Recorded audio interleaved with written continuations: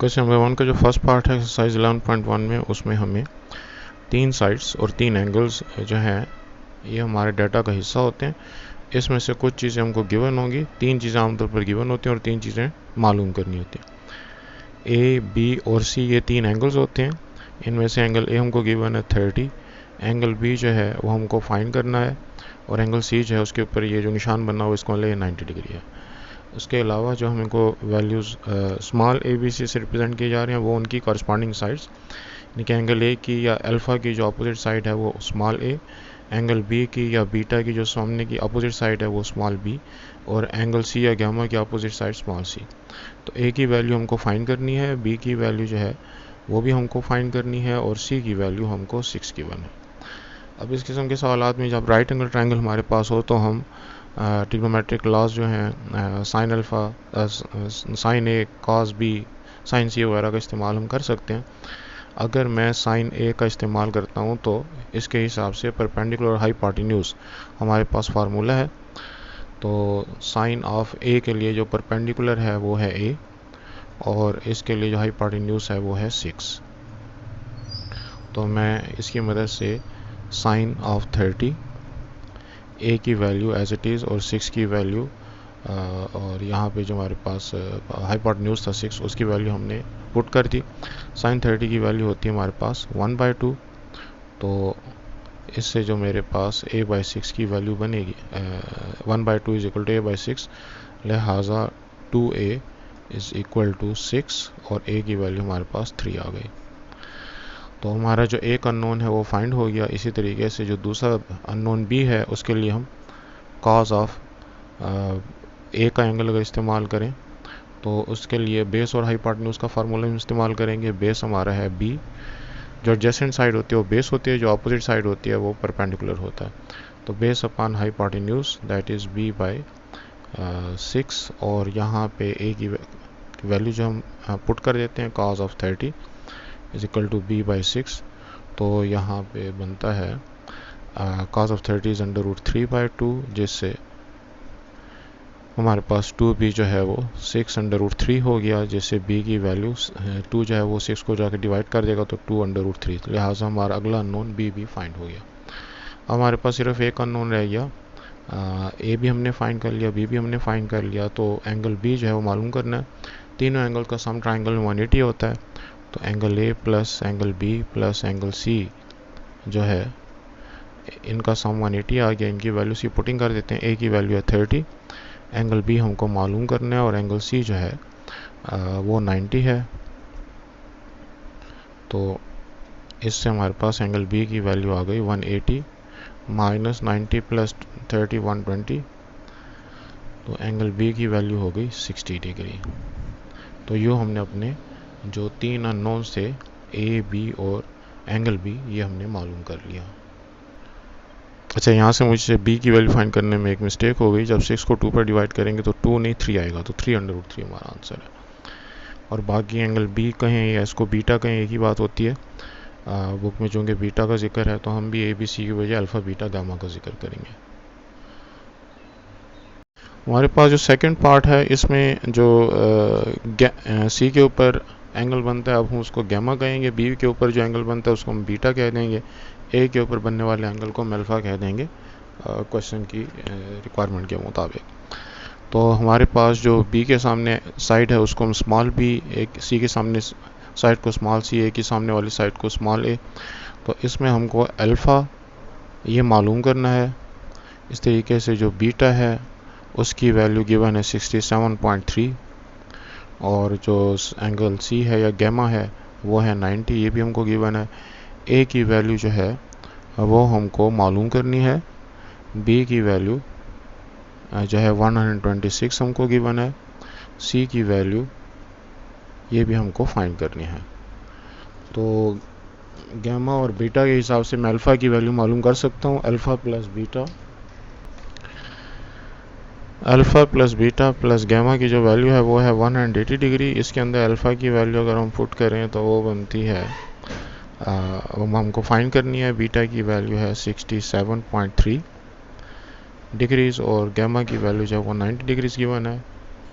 तो ये 180 के इक्वल हो गया। तो यहाँ से अल्फ़ा की वैल्यू जो है वो 180 माइनस 90, तो 180 माइनस 90 माइनस 67.3, ये बनता है 22.7 डिग्रीज। तो हमारा जो पहला अननोन है वो फाइंड हो गया। इस तरह से अब हमको जो अगली वैल्यू फाइंड करनी है, तो ए की वैल्यू या सी की वैल्यू को अगर हम फाइंड करना चाहते हैं, तो इसमें अगर मैं कॉज ऑफ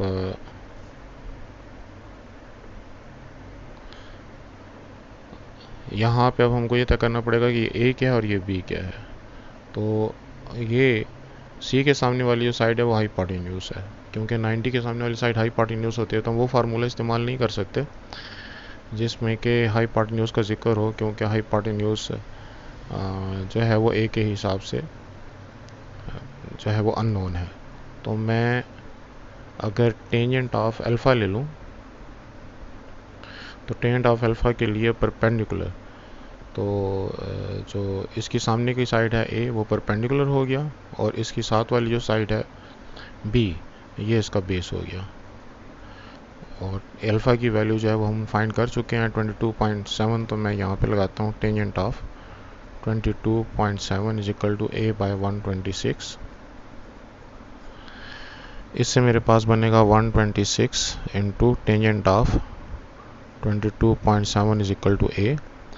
और इससे अगर मैं वैल्यू मालूम करूं कैलकुलेटर को इस्तेमाल करके, तो टेंजेंट ऑफ 22.7 मल्टीप्लाइड बाय 126, ये मेरे पास आता है 52.7।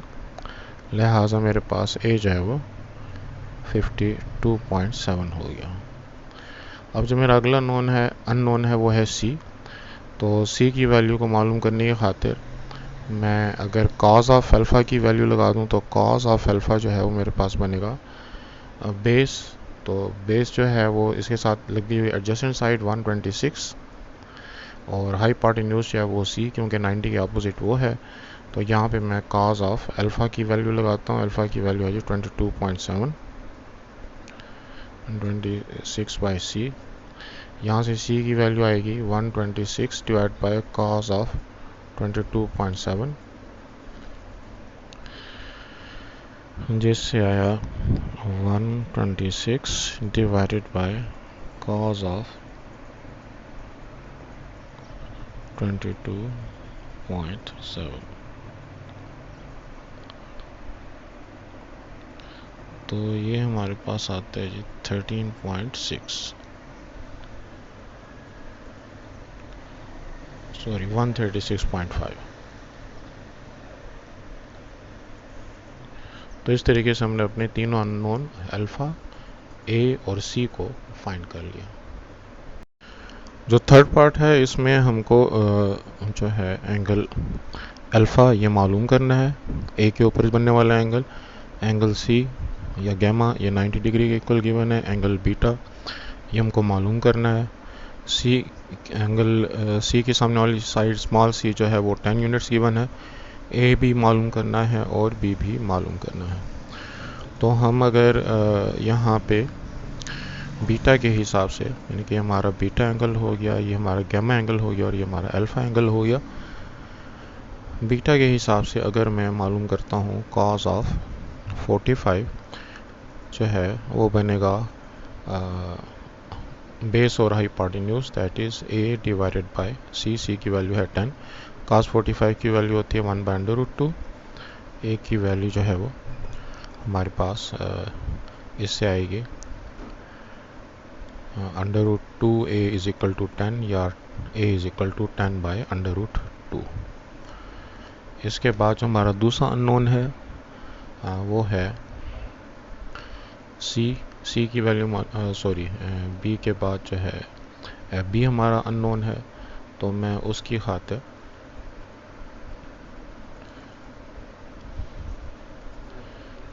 साइन ऑफ 45 जो है उसका फार्मूला लगा के बी की वैल्यू मालूम कर सकता हूँ। So sine of 45 is equal to perpendicular और hypotenuse that is b over c की वैल्यू हमको 10 गिवन है। यहाँ पे भी 1/√2 आएगा, b/√10, तो ये भी हमारे पास वही सेम ही केस हो गया। तो b की वैल्यू भी हमारे पास 10/√2 आ जाएगी। तो अब हमारे पास जो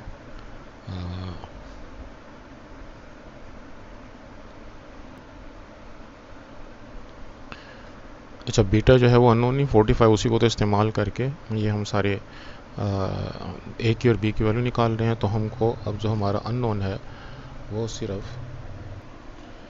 अल्फ़ा है। तो अल्फ़ा की वैल्यू ज़ाहिर है कि अगर ये 90 है तो अल्फ़ा और बीटा की वैल्यू जो है उसको मैं डायरेक्ट 90 अगर लिख दूँ तो उसकी मदद से भी मैं अल्फ़ा निकाल सकता हूँ। तो बीटा जो वो हमको 45 डिग्री गिवन है, तो यहाँ से अल्फ़ा की वैल्यू 90 माइनस 45 डिग्री हो जाएगा। तो यूँ हमारे तीनों अननोन जो हैं ए, बी और अल्फ़ा हमको फाइंड हो गए। अच्छा, बुक का आंसर लाने की खातिर हम ये करते हैं कि जो 10 है इसको मैं लेके चला जाता हूँ अंडर रूट साइन के अंदर, ये अंदर जाकर 100 हो जाएगा, डिवाइड बाई 2। अब हम इन दोनों की कैंसिलेशन कर सकते हैं, ये बनेगा 50 और 50 को मैं लिख सकता हूँ 25 मल्टीप्लाइड बाई 2। 25 का स्क्वायर रूट 5, उसको हम बाहर लिख देते हैं, तो 5/√2 जो है वो हमारा आंसर आ जाएगा बुक के मुताबिक। इस तरीके से इसको भी इस तरीके से सिंप्लीफाई करें तो इसका आंसर भी 5/√2 आ जाएगा। हमारे पास जो क्वेश्चन नंबर 2 का फर्स्ट पार्ट है उसमें ए की वैल्यू है 14, बीटा की वैल्यू जो है 28। सबसे पहले तो हम इसकी एक फिगर बना देते हैं, ए, बी और सी, और यहाँ पे हमको ए 14 है और बी मालूम करना है, सी भी मालूम करना है, और हमको एंगल अल्फ़ा जो है वो भी मालूम करना है। बीटा एंगल जो है वो 28 गिवन है और गैमा जो है वो 90 गिवन है। तो इसके हिसाब से यहाँ पे जो वैल्यू गिवन है ए की वैल्यू वो हमको 14 गिवन है, और इसके अलावा बीटा की एंगल बीटा जो है वो हमको गिवन है। अगर एंगल बीटा हमको गिवन है तो हम अल्फ़ा मालूम कर सकते हैं। अल्फ़ा प्लस बीटा का जो सम है वो 90 होगा, क्योंकि यहाँ पे हमको बीटा की वैल्यू जो 28 गिवन है वो पुट करने से, तो यहाँ से अल्फ़ा की जो वैल्यू है वो आएगी 90 माइनस 28, लिहाजा 90 माइनस 28 हमारे पास हो जाएगा 62 डिग्री। इसका मतलब ये है कि हमारा जो एंगल अल्फ़ा है वो 62 डिग्री हो गया। अल्फ़ा हमने मालूम कर लिया। अब हमारा जो अगला अननोन है वो हमको बी मालूम करना है और सी मालूम करना है। तो जब हम अल्फ़ा हमने मालूम कर लिया जिसकी वैल्यू अब हमारे पास 62 है, तो मैं कॉस ऑफ अल्फ़ा के हिसाब से कॉस तो खैर मालूम नहीं कर सकेंगे क्योंकि बेस और हाइपोटेन्यूज दोनों नहीं पता। परपेंडिकुलर का अगर हम फार्मूला लगाएं, यानी कि साइन ऑफ 62 अगर मैं लगाऊं जो कि मेरे पास परपेंडिकुलर जो कि 14 है और हाइपोटेन्यूज जो कि मेरे पास सी है, उसके ज़रिए से मैं अब सी की वैल्यू मालूम कर सकता हूँ। सी की वैल्यू जो है वो हमारे पास आएगी सी इज़ इक्वल टू 14 और ये साइन 62 सी की जगह आ जाएगा। और इसको अगर हम कैलकुलेटर के ज़रिए से मालूम करें तो 14 डिवाइडेड बाय साइन ऑफ 62 जो कि आता है 15.85, तो 15.85 जो है वो यूनिट्स, ये हमारे सी की वैल्यू आ गई। अगली वैल्यू जो कि हमको मालूम करनी है वो अब सी भी जो है हमें पता लग गया और बाकी अब बी को मालूम करना है। तो बी को मालूम करने की खातिर हम अगर cos ऑफ 62 का फार्मूला लगा दें तो वो बनेगा b बाई सी। सी की वैल्यू हम मालूम कर चुके हुए हैं जो कि है हमारे पास 15.85। तो यहाँ से b की वैल्यू आ जाएगी cos ऑफ 62 मल्टीप्लाइड बाई 15.85। तो cos of 15.85 multiplied by cos of 62, ये बन रहा है 7.4। तो b की वैल्यू जो है हमारे पास 7.41। तो इस तरीके से हमारे जो तीन अननोन्स थे अल्फ़ा, सी और बी, ये हमने फाइंड कर लिया। क्वेश्चन नंबर 2 का जो हमारे पास सेकंड पार्ट है इसको सॉल्व करने खातिर भी सबसे पहले हम फिगर बना देते हैं। ए, बी और सी। और यहाँ पे अब हमको जो एंगल बीटा है वो पता है, तो अल्फ़ा मालूम करना है, बीटा जो है वो 21.5, गैमा जो है वो 90 हो गया। ए की वैल्यू मालूम करनी है, बी की वैल्यू 8.9 है और सी की वैल्यू जो है वो भी मालूम करनी है। तो ये हमारा बी है और जो ये ए है, और इसके अलावा जो सी है, बी की वैल्यू तो खैर हमको पता है 8.9, तो वो अगर हम लिख लें, और सी की वैल्यू जो है वो भी हमारे पास अननोन है। तो अब मैं सबसे पहले यूँ मैं करता हूँ कि अल्फ़ा और बीटा की मदद से अल्फ़ा की वैल्यू मालूम करता हूँ। अल्फ़ा प्लस बीटा 90 होगा, क्योंकि गैमा 90 है, तीनों एंगल्स का सम 180 होता है। इसके अंदर जब मैं वैल्यू की पुटिंग करता हूँ तो अल्फ़ा की वैल्यू है मेरे पास मालूम करनी है, बीटा की वैल्यू है मेरे पास 21.5। तो यहाँ से अल्फ़ा की वैल्यू हो गई 90 माइनस 21.5, जिससे अल्फ़ा की वैल्यू हो जाएगी 90 माइनस 21.5, ये बनता है 68.5। अल्फ़ा की वैल्यू मालूम कर लेने के बाद हमारा जो अगला टास्क है वो सी की वैल्यू मालूम करने की कोशिश करते हैं। तो सी की वैल्यू अल्फ़ा के हिसाब से बनेगी, यहाँ पे हमको बेस गिवन है, हाइपोटेन्यूज से हमको मालूम करना है। तो cos of 68.5 is equal to base b है और हाइपोटेन्यूज सी है, और सी की वैल्यू जो है, अच्छा बी की वैल्यू तो खैर हमको गिवन है 8.9, वो लगा देते हैं 8.9, और इसके अलावा जो हाइपोटेन्यूज है सी, ये हमारा अननोन है। तो 8.9 डिवाइड बाई सी, इससे सी की वैल्यू आएगी, सी की जगह cos ऑफ 68.5 लिख देते हैं, तो 8.9 डिवाइड बाई 68.5 cos ऑफ, तो ये बनेगा हमारे पास 8.9 डिवाइडेड बाई cos ऑफ 68.5, जो कि बनता है 24.28। तो यूँ हमने जो अपना दूसरा नोन है सी वो मालूम कर लिया। अच्छा, अब हमारे पास सी भी पता चल गया है और अल्फ़ा भी पता चल गया है, तो ए हमारे पास रह गया है। ए को मालूम करने की खातिर हम साइन का फार्मूला लगा देते हैं, साइन ऑफ ए की वैल्यू या अल्फ़ा की वैल्यू हमने मालूम की हुई है 68.5, और परपेंडिकुलर ए है, हाइपोटेन्यूज जो है वो सी की वैल्यू मालूम कर चुके हुए हैं 24.28। तो ए की वैल्यू से आएगी इन दोनों का जो प्रोडक्ट है, सो 24.28 मल्टीप्लाइड बाय साइन ऑफ 68.5, तो ये बनेगा 24.28 multiplied by sine of 68.5, 22.5।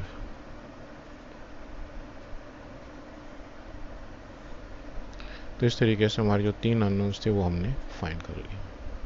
Question number 2 का जो थर्ड पार्ट है, बी की वैल्यू सी की वैल्यू गिवन है, यानी कि ए की वैल्यू हमको फाइंड करनी है, अल्फ़ा की जो वैल्यू है वो भी हमको नहीं पता, बीटा की वैल्यू भी हमको नहीं पता, और गैमा की वैल्यू जो है वो 90 डिग्री जो है इस क्वेश्चन में गिवन है। तो फिगर के हिसाब से यहाँ पे ए, यहाँ पे बी और यहाँ पे सी, तो जो वैल्यूज़ हमको गिवन हम वो लिख देते हैं। यहाँ पे तो 90 डिग्री का एंगल बन रहा है। ए की वैल्यू जो है हमको नहीं पता, बी की वैल्यू हमारे पास है जी 14, ये 14 है, सी की वैल्यू 450 है, और बाकी वैल्यूज़ हमने मालूम करनी है। तो मैं इन दोनों की मदद से जो बेस है और हाइपोटेन्यूज है, इनकी मदद से अल्फ़ा की वैल्यू मालूम करने की कोशिश करता हूँ। cos ऑफ अल्फ़ा जो है वो होगा base that is 14 divide by hypotenuse that is 450। तो इसको अगर मैं सॉल्व करूँ तो इससे बनता है 14 बाई 450 इज़ इक्वल टू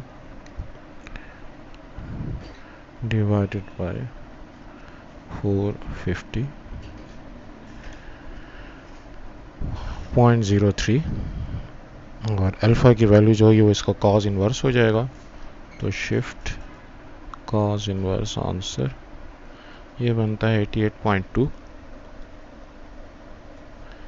इसका मतलब ये है कि हमारा अल्फ़ा जो है वो 88.2 है। अगर अल्फ़ा मालूम हो गया तो अल्फ़ा प्लस बीटा चूँकि 90 के बराबर है तो बीटा की वैल्यू होगी 90 minus alpha, that is 90 minus 88.2।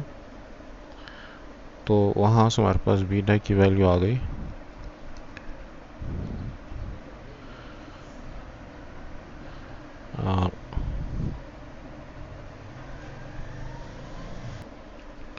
ये हमारे पास तकरीबन 1.8 डिग्री जो है वो आ रहा है। तो अल्फ़ा और बीटा जो है वो हमको पता लग गए। इसके अलावा जो हमको मालूम करना है वो ए को मालूम करना है। ए को मालूम करने की खातिर जो हमारी ये साइड है, अगर मैं साइन का फार्मूला लगाऊं तो साइन ऑफ अल्फ़ा की वैल्यू है 88.2 और परपेंडिकुलर ए फाइंड करना है, हाइपोटेन्यूज 450। तो ये बनेगा a is equal to 450 multiplied by sine of 88.2। तो इससे जो मेरे पास वैल्यू आती है वो है 450 मल्टीप्लाइड बाय साइन ऑफ 88.2 जो कि 449 आती है और ऑलमोस्ट 500।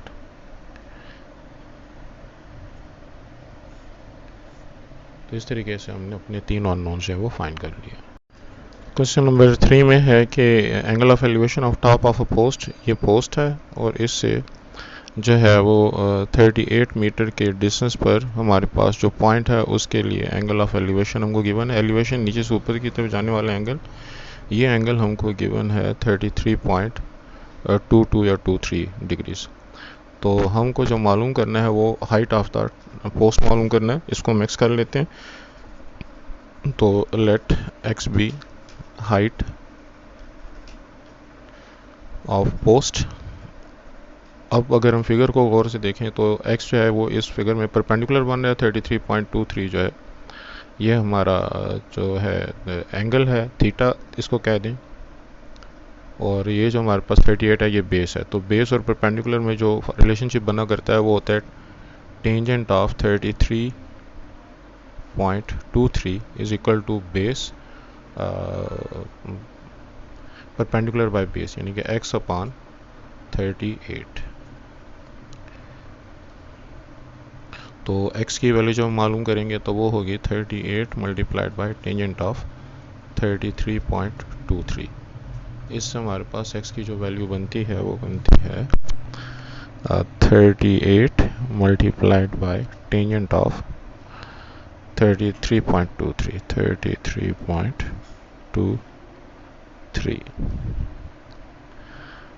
24.89। इसका मतलब ये है कि जो हाइट ऑफ द पोस्ट है वो 24.89 जो मीटर है वो हो जाएगी। क्वेश्चन नंबर 4 में है कि मस्जिद मीनार जो है 82 मीटर हाइट है उसकी और ये एक शेडो कास्ट कर रहा है। शेडो की लेंथ ये हो गई, यहाँ पे सूरज है तो हमारे पास इस शेडो की जो लेंथ है वो है 62 metre. Find the angle of elevation. तो ये जो एंगल है ये हमको मालूम करना है, थीटा जब हमको फाइंड करना है।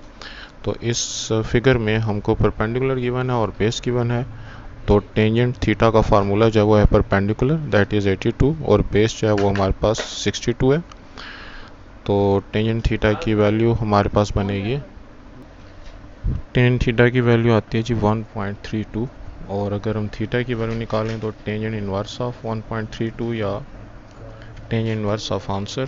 तो shift tangent inverse of answer जो कि हमारे पास 52.9 डिग्री जो है वो बन जाएगा तकरीबन।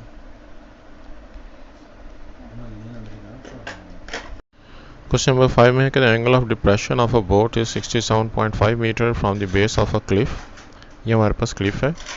जब हम एंगल ऑफ डिप्रेशन की बात करते हैं तो हमें दो एंगल बनाने पड़ते हैं, एक यहाँ पे और एक यहाँ पे। बाकी क्वेश्चन की वर्किंग में और कोई फ़र्क नहीं होता, एंगल ऑफ डिप्रेशन में सिर्फ फिगर में थोड़ा सा फ़र्क होता है। तो ये जो है 28.9 हमको गिवन है एंगल ऑफ डिप्रेशन, उस हिसाब से ये जो एंगल है ये भी 28.9 होगा। और from base of the Cliff जो हमारे पास बोट यहाँ पे जो है उसका डिस्टेंस है वो 65.7 गिवन है, तो ये 65.7 हो गया। और हाइट ऑफ द क्लिफ जो है वो हमको मालूम करनी है, तो ये दोनों अल्टरनेट एंगल्स के हिसाब से आपस में इक्वल, और हमारे पास बेस हमको गिवन है और परपेंडिकुलर हमको मालूम करना है। तो tangent theta is equal to perpendicular by base. यहाँ पे हम पहले मेंशन कर दें कि let x is height of cliff, तो उसके हिसाब से टेंजेंट ऑफ 28.9 जो है वो बनेगा परपेंडिकुलर। परपेंडिकुलर हमारे पास x है, बेस जो है वो 65.7 है। x को अगर हम सब्जेक्ट एज फार्मूला बनाना चाहें तो 65.7 into tangent of 28.9 is equal to x। इस x की वैल्यू आती है टेंजेंट ऑफ 28.9 मल्टीप्लाइड बाय 65.7, तो ये बनता है 36.26 मीटर तकरीबन। इसका मतलब ये है कि हाइट ऑफ द क्लिफ जो है हमारे पास 36.26 यूनिट्स होनी चाहिए। क्वेश्चन नंबर 6 में है कि from the top of a cliff 52 metre high angle of depression for two ships due east. तो हमारे पास ये वेस्ट, नॉर्थ, ये ईस्ट, ये साउथ, इसका मतलब ये हमारी क्लिफ है और इससे ईस्ट की तरफ हमारे पास दो शिप्स आ रही हैं। तो दोनों शिप्स के लिए जो एंगल ऑफ डिप्रेशन गिवन है तो फिगर उसकी भी एंगल ऑफ एलिवेशन की तरह होती है, बस हमने ये करना है कि ऊपर टॉप पर ये एक हॉरिजॉन्टल लाइन बना देनी है और यहाँ पे जो दो एंगल है उनको मेंशन कर देना है। एक जो बड़ा एंगल है वो उसने 36 दिया हुआ और छोटा angle 24।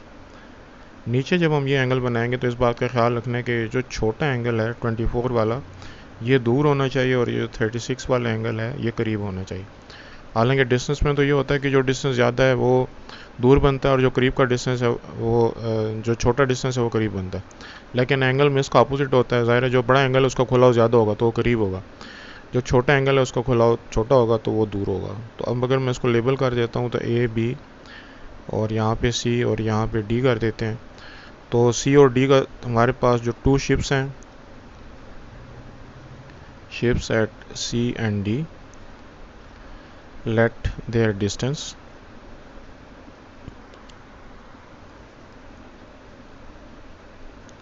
is x units।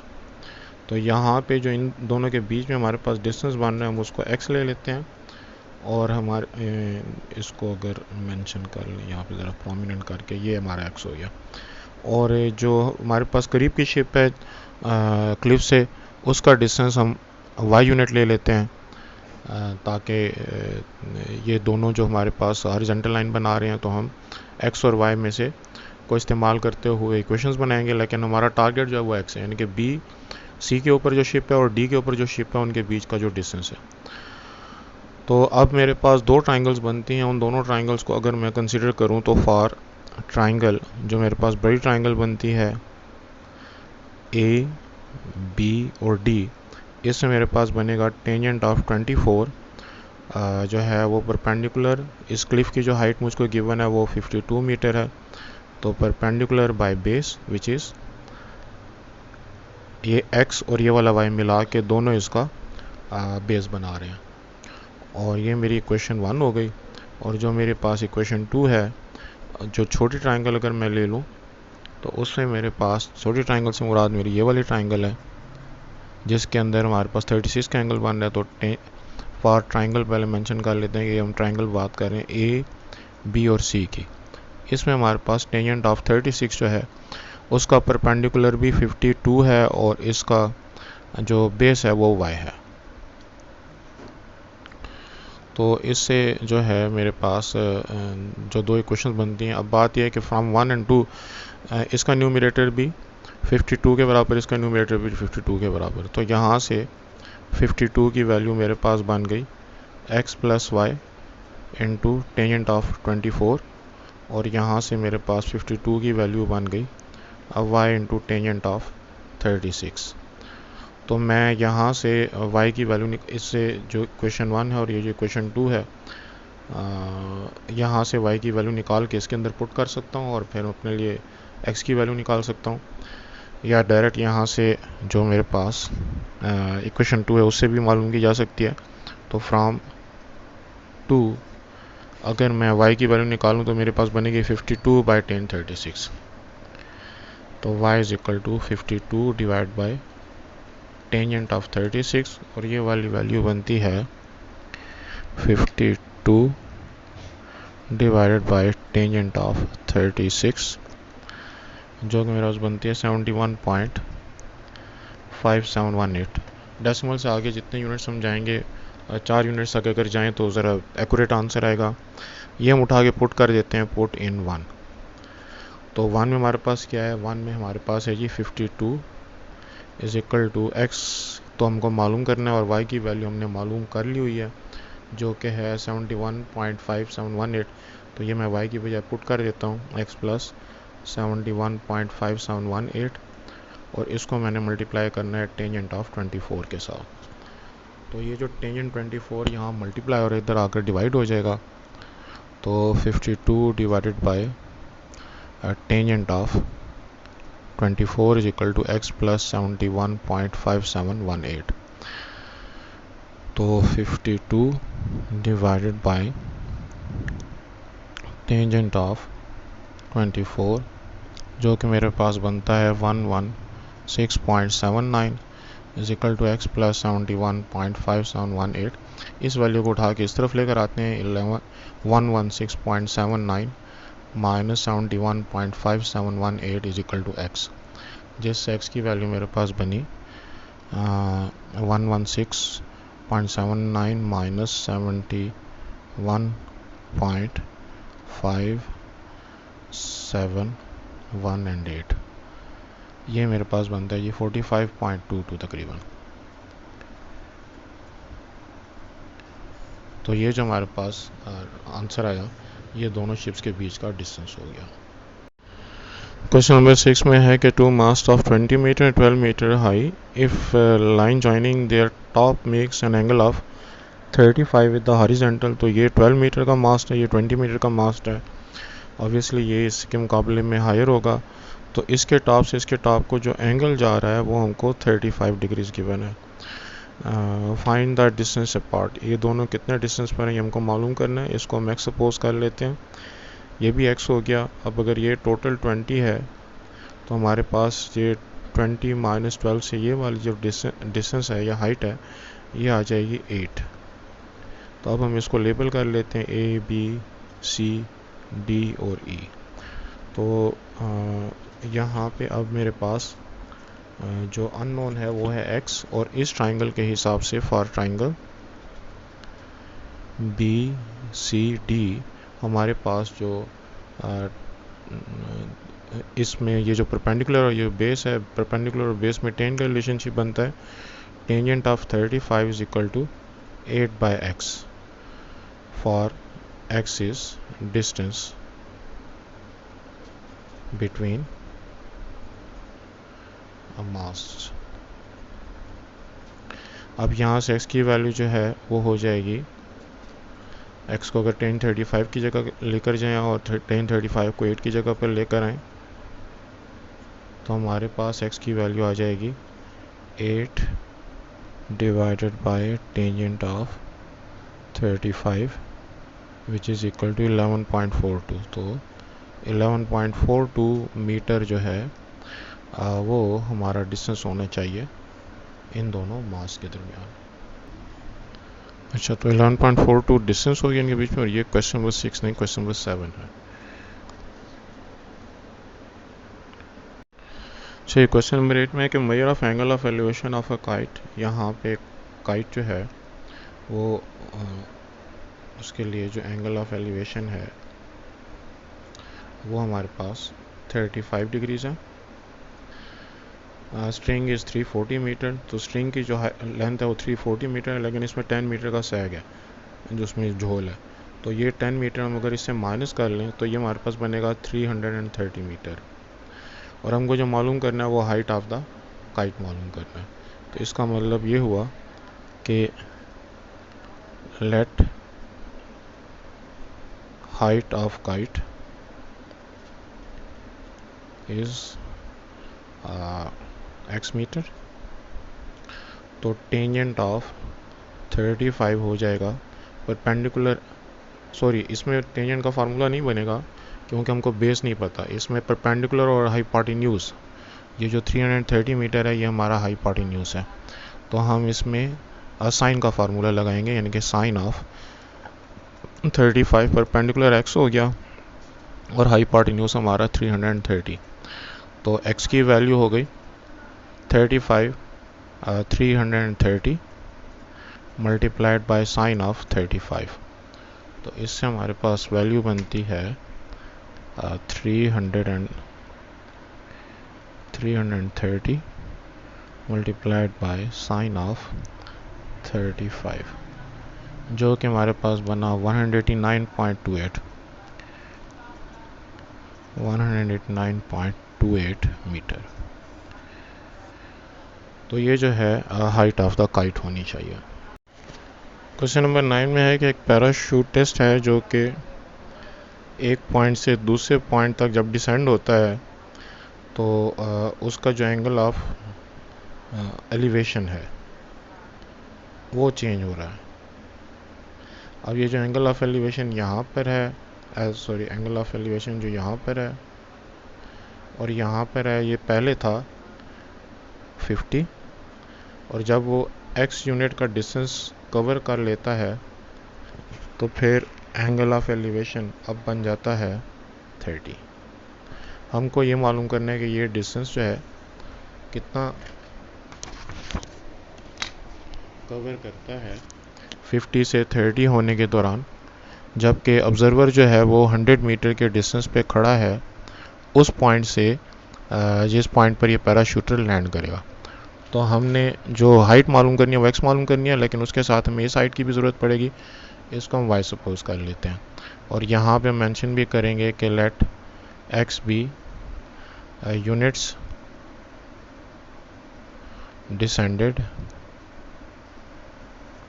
Bye parachutist, और इसके हिसाब से अब मेरे पास दो ट्राइंगल्स बन, इनको मैं ए बी सी और डी सपोज कर लेता हूँ। तो मेरे पास जो बड़ी ट्राइंगल है for triangle a b and d, जो बड़ा एंगल है टेंजेंट ऑफ 50, उसके लिए परपेंडिकुलर इन दोनों को मिला के है, यानी कि x प्लस वाई, और इन दोनों को मिला के परपेंडिकुलर ये हो गया और बेस मेरे पास 100 हो गई, मेरे पास इक्वेशन 1 हो गई। और दूसरी ट्राइंगल अगर मैं ले लूँ tangent a c d, triangle a c d, तो उसमें टेंजेंट ऑफ 30 जो है उसके लिए परपेंडिकुलर y हो गया और बेस इसके लिए भी वही 100 है। मैं यहाँ से y की वैल्यू निकाल सकता हूँ। y की वैल्यू आ जाएगी जी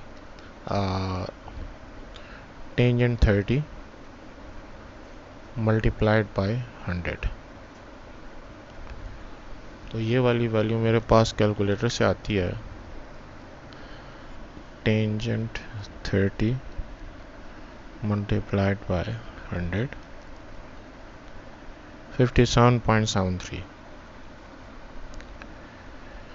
इसको मैं पुट कर लेता हूँ, पुट इन 1, क्योंकि असल में तो मुझे x मालूम करना है। तो जब मैं इसको 1 में पुट करता हूँ तो मेरे पास बनेगा टेंजेंट ऑफ 50, जो कि बराबर है x की बजाय x ही रहने दूंगा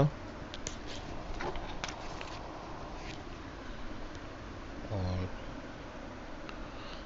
y की बजाय उसकी वैल्यू पुट कर दूंगा प्लस 57.73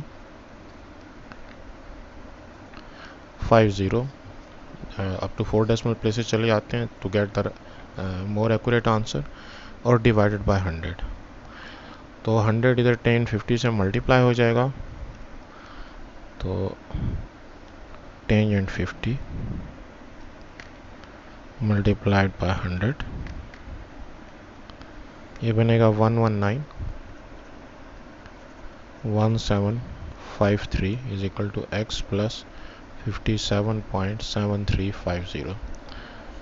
तो 119.1753 माइनस 57.7350 ये हमारे x की वैल्यू हो जाएगी।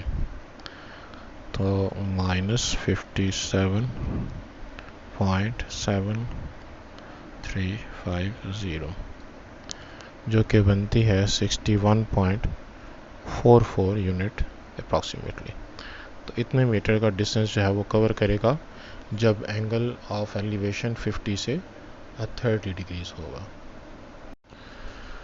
क्वेश्चन नंबर 10 में है कि आपके पास एक आइसोसेलेस ट्राइंगल है, उसका वर्टिकल एंगल जो है वो 108 है, कि ये वाला जो एंगल है ये 108 है। ये इसकी दोनों साइड्स ए बी और ए सी ये आपस में इक्वल हो गई, और vertical angle of 108 and base is 20 centimetre long. ये हमारे पास 20 सेंटीमीटर लॉन्ग बेस है इसका, और हमने इसका जो एल्टीट्यूड है वो मालूम करना। तो इसके हिसाब से 20 को हम जब 2 में डिवाइड करेंगे तो ये भी 10 यूनिट्स हो गया, ये भी 10 यूनिट्स, और 108 को 2 में डिवाइड करेंगे तो ये हमारे पास 54 डिग्री का एंगल हो गया। तो इस हाइट को अगर मैं x ले लूँ तो मेरे पास यहाँ पे 90 डिग्री का एंगल बन रहा है। लिहाजा जो जिस ट्राइंगल की अब हम बात कर रहे हैं उसके लिए ये वाला एंगल हो गया 54, ये a ये b, और इसको हम अगर d कह लें तो ये डिस्टेंस हमारे पास 10 यूनिट्स है, और ये हाइट हमको मालूम करनी है। तो for triangle ABD tangent of 54 जो है परपेंडिकुलर हमारे पास इसका 10 और बेस इसका x, तो x की वैल्यू हो गई 10 डिवाइडेड बाय टेंजेंट ऑफ 54। तो ये बनेगा 10 डिवाइडेड बाय टेंजेंट ऑफ 54 जो कि बनता है 7.26। लिहाजा इसके जो वर्टिकल हाइट है या एल्टीट्यूड है वो 7.26 मीटर है।